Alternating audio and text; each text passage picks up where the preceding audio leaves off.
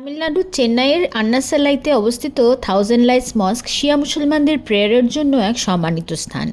5টি গম্বুজ, 2টি মিনার আছে মসজিদে। মসজিদটি 1810 সালে তৈরি করিয়েছিলেন আরকটের নবাব উমদাদ উল উমারা। আর যেখানে মসজিদটি দাঁড়িয়ে আছে সেখানে একটি প্রার্থনা ঘর বা অ্যাসেম্বলি হল ছিল, যা ট্র্যাডিশন অনুযায়ী হাজার তেলের বাতি দিয়ে আলোকিত করা হতো। সেই থেকেই এই নাম। এখন অবশ্য নতুন একটা হল তৈরি হয়েছে, সেখানে প্রায় 1000 লোক প্রে করতে পারে, এতটাই বড়। মেয়েদের জন্য অবশ্য নতুন একটা সেপারেট রুমও আছে। যদি আপনি যান চেন্নাইতে সেখানে যেতে পারেন, কারণ সেখানে ট্যুরিস্টরাও যায়, লোকাল লোকেরাও যায়। এই মসজিদের স্পেশাল সিগনিফিকেন্স হলো প্রফেট মোহাম্মদের গ্র্যান্ডসন ইমাম হোসেনের কবর, আর এই মসজিদ ইমাম হোসেনকেই ডেডিকেট করা।